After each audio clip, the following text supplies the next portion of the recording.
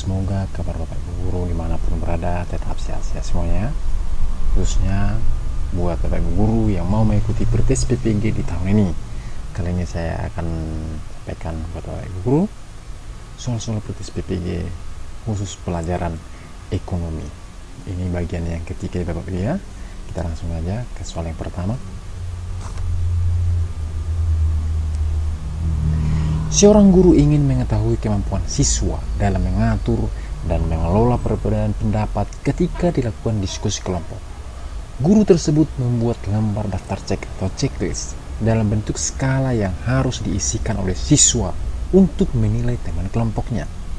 Jenis penilaian otentik holistik yang dapat dipilih oleh guru tersebut yaitu A. Penilaian kerja, B. Penilaian proyek, C. Penilaian portofolio, D. Pertanyaan terbuka, E.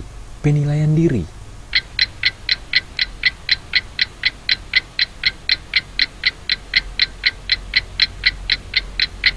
Jawabannya adalah A. Penilaian kinerja. Kita lihat pembahasannya Bapak Ibu. Penilaian autentik atau authentic assessment adalah suatu proses pengumpulan, pelaporan, dan penggunaan informasi tentang hasil belajar siswa dengan menerapkan prinsip-prinsip penilaian, pelaksanaan berkelanjutan, bukti-bukti autentik, akurat, dan konsisten sebagai akuntabilitas publik. Penilaian atau evaluasi holistik adalah metode evaluasi berdasarkan kualitas keseluruhan atau dikenal sebagai evaluasi global. Beberapa karakteristik penilaian autentik adalah sebagai berikut. Yang pertama, penilaian merupakan bagian dari proses pembelajaran. Yang kedua, penilaian mencerminkan hasil proses belajar pada kehidupan nyata. Yang ketiga, menggunakan bermacam-macam instrumen, pengukuran, dan metode yang sesuai dengan karakteristik dan esensi pengalaman belajar. Yang keempat, penilaian harus bersifat komprehensif dan holistik yang mencakup semua aspek dari tujuan pembelajaran. Penilaian holistik memiliki 3 prinsip, yaitu yang pertama, memandang pembelajaran dan penilaian sebagai satu kesatuan. Yang kedua, melibatkan siswa secara aktif di dalam belajar dan evaluasinya sendiri.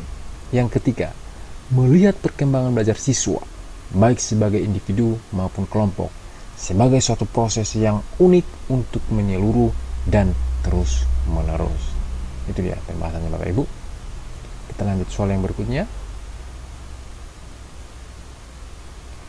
Faktor yang penting dipertimbangkan oleh seorang guru dalam melaksanakan diskusi pemecahan masalah pada proses pembelajaran adalah A. Motivasi belajar siswa, B. Ruang yang tersedia, C. Rumusan masalah yang harus didiskusikan, D. Waktu yang tersedia untuk melaksanakan diskusi, E. Jumlah peserta didik yang mengikuti pembelajaran.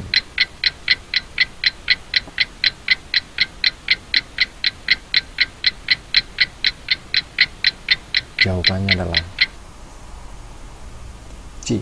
Rumusan masalah yang harus didiskusikan. Kita lihat pembahasannya. Metode diskusi adalah cara penyajian pelajaran dengan memperdebatkan masalah berupa pernyataan atau pertanyaan yang bersifat problematik untuk dibahas dan dipecahkan bersama melalui saling mengadu argumentasi secara rasional dan objektif. Tujuan metode diskusi adalah untuk dapat merangsang siswa dalam berpikir secara kritis, mengumpulkan pendapat, membuat kesimpulan, atau menyusun berbagai alternatif pemecahan atas suatu masalah. Manfaat metode diskusi adalah sebagai berikut. Siswa memperoleh kesempatan untuk berpikir. Siswa mendapat pelatihan mengeluarkan pendapat, sikap, dan aspirasinya secara bebas. Siswa belajar bersikap toleran terhadap teman-temannya. Diskusi dapat menumbuhkan partisipasi aktif di kalangan siswa. Diskusi dapat mengembangkan sikap demokratif, dapat menghargai pendapat orang lain. Dengan diskusi, pelajaran menjadi relevan dengan kebutuhan masyarakat. Itu dia pembahasannya. Kita lanjut soal yang berikutnya. Seorang guru harus mampu memanfaatkan media pembelajaran dan sumber belajar untuk mencapai tujuan pembelajaran utuh. Pernyataan berikut yang benar terkait dengan media pembelajaran adalah A. Media pembelajaran yang paling baik adalah media yang berbasis TIK. B. Memilih media tidak perlu banyak pertimbangan agar tidak merepotkan.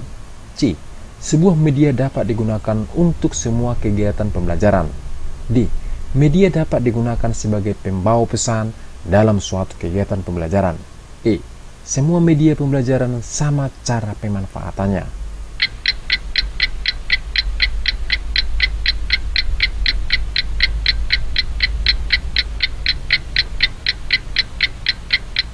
Jawabannya adalah yang D.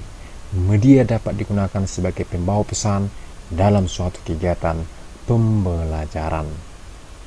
Kita lihat pembahasannya. Media pembelajaran adalah segala sesuatu yang dapat digunakan untuk menyampaikan pesan atau informasi dalam proses belajar mengajar, sehingga dapat merangsang perhatian dan minat siswa untuk belajar. Media pembelajaran dapat meningkatkan hasil belajar siswa, yaitu yang pertama, mengajar akan menarik perhatian siswa sehingga dapat menumbuhkan motivasi belajar. Yang kedua, makna materi pelajaran akan lebih jelas sehingga dapat lebih dipahami oleh siswa-siswa dan memungkinkan siswa untuk lebih menguasai tujuan pembelajaran. Yang ketiga, metode pengajaran akan lebih bervariasi, tidak hanya narasi verbal melalui kata-kata guru, agar siswa tidak bosan dan guru jangan sampai kehabisan tenaga, apalagi saat guru mengajar setiap pelajaran. Yang berikutnya, siswa lebih banyak melakukan kegiatan belajar karena tidak hanya mendengarkan deskripsi guru, tetapi juga aktivitas lain seperti mengamati, melakukan, mendemonstrasikan, dan yang lainnya.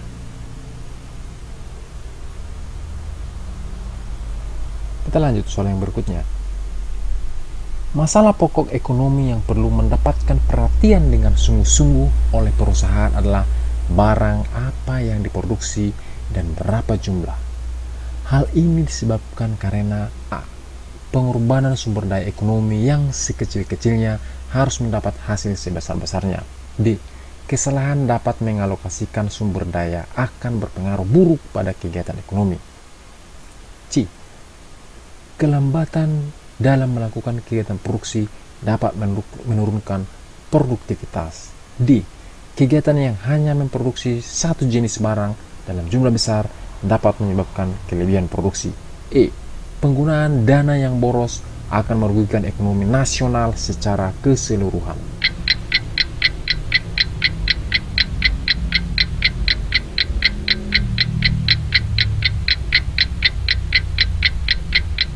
Jawabannya adalah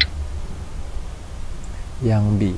Kesalahan dalam pengalokasian sumber daya akan berpengaruh buruk pada kegiatan ekonomi. Kita lihat pembahasannya.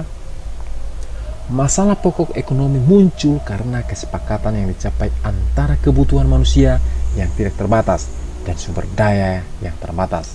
Kebutuhan manusia untuk memenuhi kebutuhan hidupnya beragam. Di sisi lain, ketersediaan sumber daya yang tersedia belum tentu memenuhi persyaratan ini.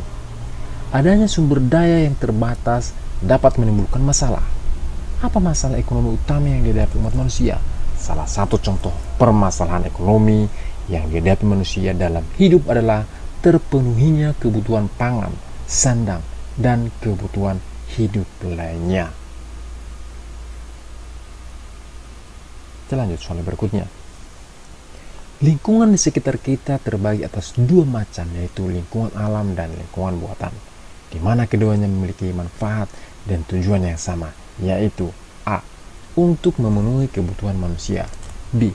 Melestarikan lingkungan masyarakat, C. Sebagai sumber pengetahuan dan teknologi, D. Sebagai sumber kekayaan alam.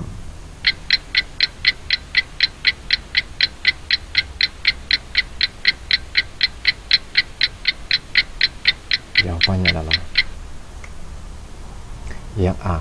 Untuk memenuhi kebutuhan manusia. Itu dia jawabannya. Kita lanjut soal yang berikutnya. Manfaat penelitian tindakan kelas atau PTK adalah yang pertama, meningkatkan proses belajar mengajar. Yang kedua, menggunakan rancangan yang bersifat siklus, di mana setiap siklus memperhatikan perubahan langkah demi langkah. Dan yang ketiga, mencakup proses refleksi dan partisipatif, kecuali A. meningkatkan proses belajar mengajar, B. menggunakan rancangan yang bersifat siklus, C.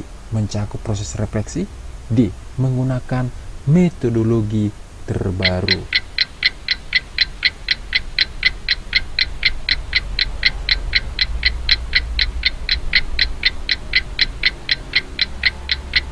Jawabannya adalah D. menggunakan metodologi terbaru. Kita lihat pembahasannya. Tujuan dari penelitian ini adalah sebagai berikut: untuk memecahkan permasalahan yang terjadi secara nyata di dalam kelas yang dipahami langsung dalam interaksi antara guru dan siswa, meningkatkan profesionalisme guru, serta menumbuhkan budaya akademik di kalangan guru, meningkatkan kualitas praktik pembelajaran di kelas secara berkelanjutan, mengingat masyarakat berkembang secara cepat, peningkatan relevansi pendidikan yang bisa dicapai melalui peningkatan proses pembelajaran. Sebagai alat training in service yang melengkapi guru dengan skill dan metode baru, mempertajam kekuatan analisisnya, serta mempertinggi kesadaran dirinya, sebagai alat agar bisa lebih inovatif terhadap pembelajaran. Peningkatan mutu hasil pendidikan melalui perbaikan praktik pembelajaran di kelas dengan mengembangkan keterampilan dan meningkatkan motivasi belajar pada siswa, meningkatkan sifat profesional tenaga pendidik dan tenaga kependidikan, menumbuh kembangkan budaya akademik di lingkungan akademik, meningkatkan efisiensi dalam pengelolaan pendidikan, peningkatan dan perbaikan proses pembelajaran. Demikian soal-soal pretest PPG khusus mata pelajaran ekonomi. Semoga bermanfaat buat Bapak Ibu guru dimanapun berada. Salam sehat untuk kita semua. Semoga lulus Bapak Ibu ya dalam mengikuti pretest PPG di tahun ini. Sekian dan terima kasih.